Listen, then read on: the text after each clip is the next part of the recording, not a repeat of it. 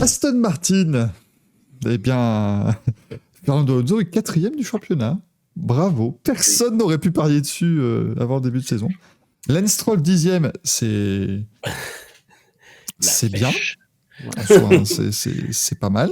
Alors attendez, parce que je dis ça, mais Stroll, est-ce qu'on est sur son meilleur classement au championnat, Lance Stroll? On peut l'applaudir. Bravo. Chapeau, il n'a jamais fait aussi bien.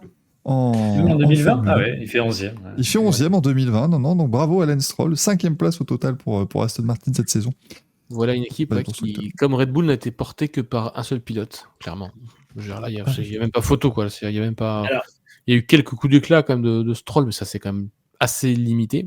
Il a très bien commencé quand même parce qu'il était un peu dans les temps d'Alonso malgré le fait d'avoir manqué les essais hivernaux à cause de sa blessure. Il avait un peu découvert la voiture directement au Grand Prix de Bahreïn et ça s'annonçait plutôt bien, mais par contre après c'est totalement écroulé. Donc pour moi, c'est une très mauvaise saison pour Lance Stroll. Bon, voilà, qui est sauvé par son statut, encore une fois. Genre, on va pas revenir non plus tout le temps là-dessus.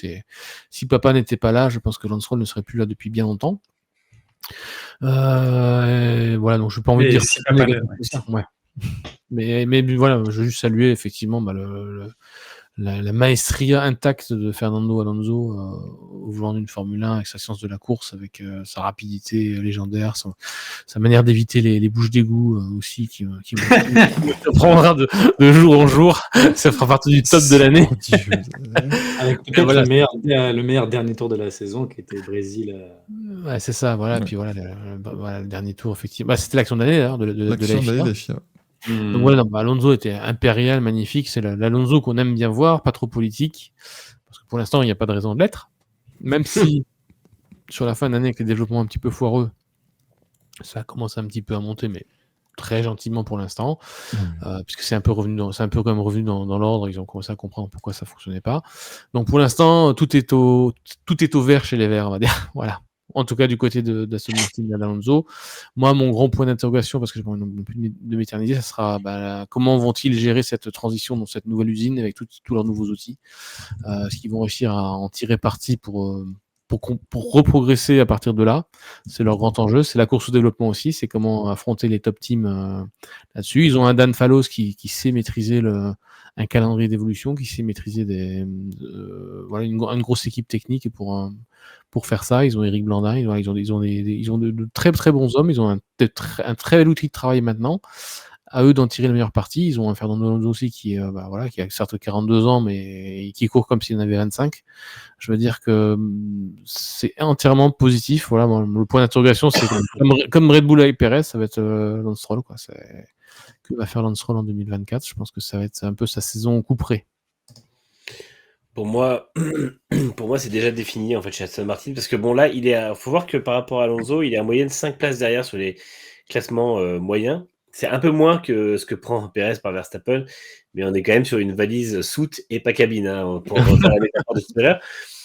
Mais toutefois, je pense que Stroll, ce sera sa dernière saison en F1 en 2024 en fait. Enfin, à mon avis, il y a la Valkyrie qui arrive au Mans, c'est ça. La Valkyrie qui arrive au Mans en 2025, et clairement, c'est papa qui a fait un projet pour que le fiston se recase.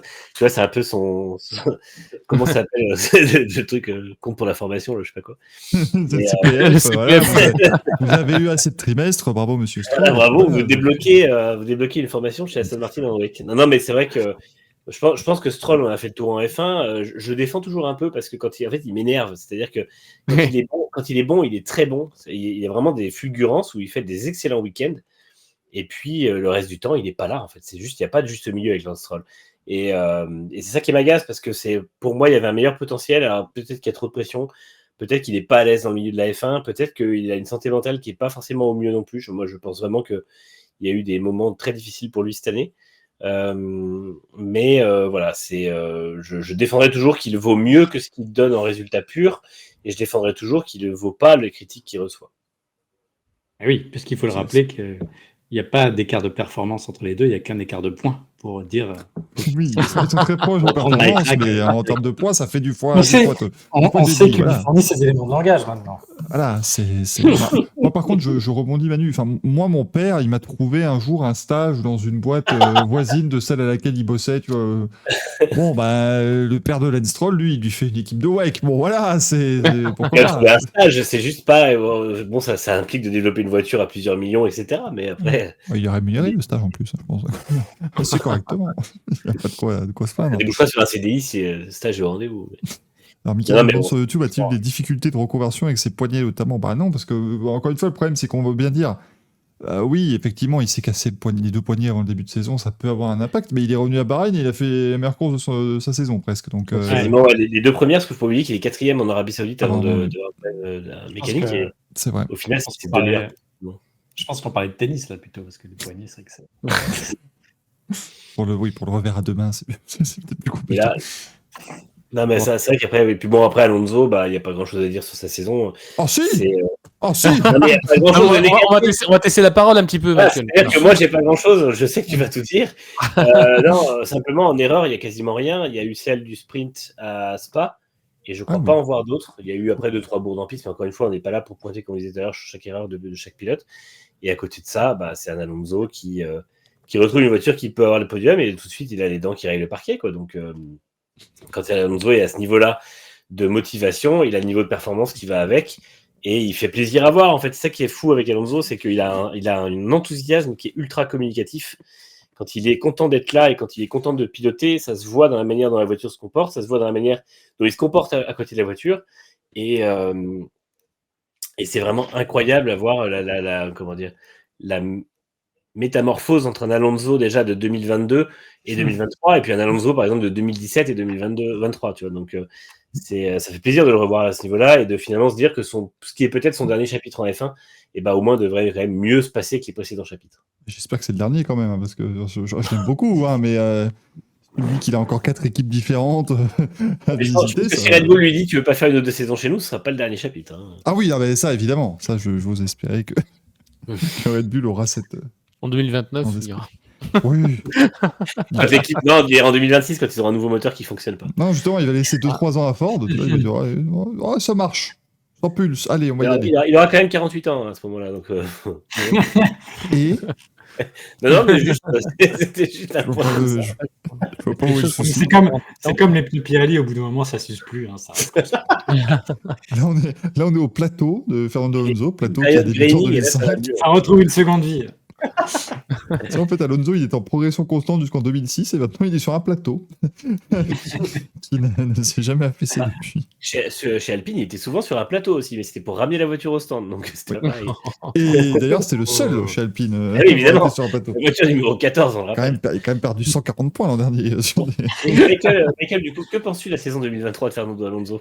Pas mal. Correct. Je n'aurais jamais cru pouvoir remettre cette casquette au premier degré. Alors, bon, les plus perspicaces se rappelleront évidemment que cette casquette est le pire chapitre sportif de la carrière de Fernando Alonso, puisque c'est quand même une casquette qu'ils ont fait pour une course à laquelle il n'a pas participé, puisqu'il n'a pas été capable de s'y qualifier, donc c'est un gros problème. Mais, mais franchement, c'était... je ne pensais vraiment pas, même si on avait entreaperçu de très belles choses, effectivement, lors des essais d'avant-saison. On les avait pointés du doigt chez Aston Martin comme ils voulaient absolument pas y croire. Mais voilà, non, mais tu ne peux pas déjà de base. Et alors bon, il fait un podium, il me dit allez, on l'aura savouré celui-là, c'est bien. 2. Ah bon, il y en a 8 quand même au total. Hein. Les 7, c'était 7 de suite du coup. Hein. 6 de suite, non 7 de suite, je sais plus. Ou Thorberson, c'était quand? Non, c'est 4ème en Azerbaïdjan.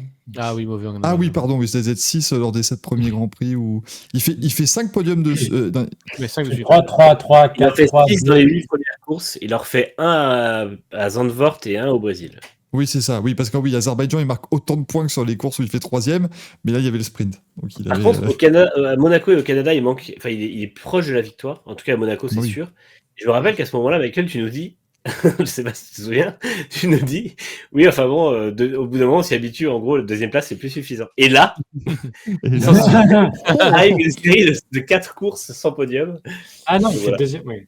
La question, c'est, est-ce que tu as une responsabilité dans tout ça? Je ne sais pas. Certainement. Si. Alors ça, c'est... Le karma a dû... Ouais, j'ai commencé à comprendre que j'ai un mauvais karma là-dessus. Karma du temps d'une oreille. Mais non, mais on ne peut pas dire du mal. Franchement, le podium du Brésil, pardon, est peut-être quand même le plus surprenant de l'année, par exemple, parce que ça sort après. Il est le plus chèrement gagné, je pense, parce qu'il y va. Parce que quand même, au Brésil, il fait podium après 5 Grands Prix bien pourris quand même. Hein. Ouais. De l'Italie aux États-Unis, c'était vraiment catastrophique pour les deux. Slim nous dit au départ en Arabie Saoudite, l'étanchéité était exécrable chez Michael. Bah oui, enfin je vous rappelle qu'il prend le départ, il mène le Grand Prix, au bout d'un tour on dit au fait il y a une pénalité, hein, monsieur Alonso, c'est gentil, mais c'était pas mis correctement sur la. Ah c'est vrai. Ouais, sur la grille. Mais non, c'est à Monaco que l'étanchéité était plus au rendez-vous au moment où il a plu. Justement, là, la pluie est tombée, puis bon, ils n'ont pas forcément pris la meilleure décision. Mais non, très alors, on bonne peut pas leur en vouloir. Mais bon. Non, c'était très chouette. Il faut que ça continue maintenant parce que. Et on parlait de l'Arabie Saoudite, justement. Je tiens à saluer aussi le département légal d'Aston Martin qui a fermé sa gueule au commissaire ce jour-là. C'était ultra violent. Bah déjà, je pense que Fernando Alonso il est rentré dans l'usine. On lui a fait le petit tour de l'usine, disant alors écoute, là, c'est les designers, machin. Là, c'est notre département légal. Il a fait quoi? Ça existe. Parce que chez Alpine, on n'avait pas ça. Donc du coup, il avait de quoi être très heureux. Et je crois que quelqu'un l'avait noté, mais c'est vrai que Piastri et Alonso ont battu Alpine cette année. C'est la petite cerise sur le gâteau. Voilà, ce petit côté sympa.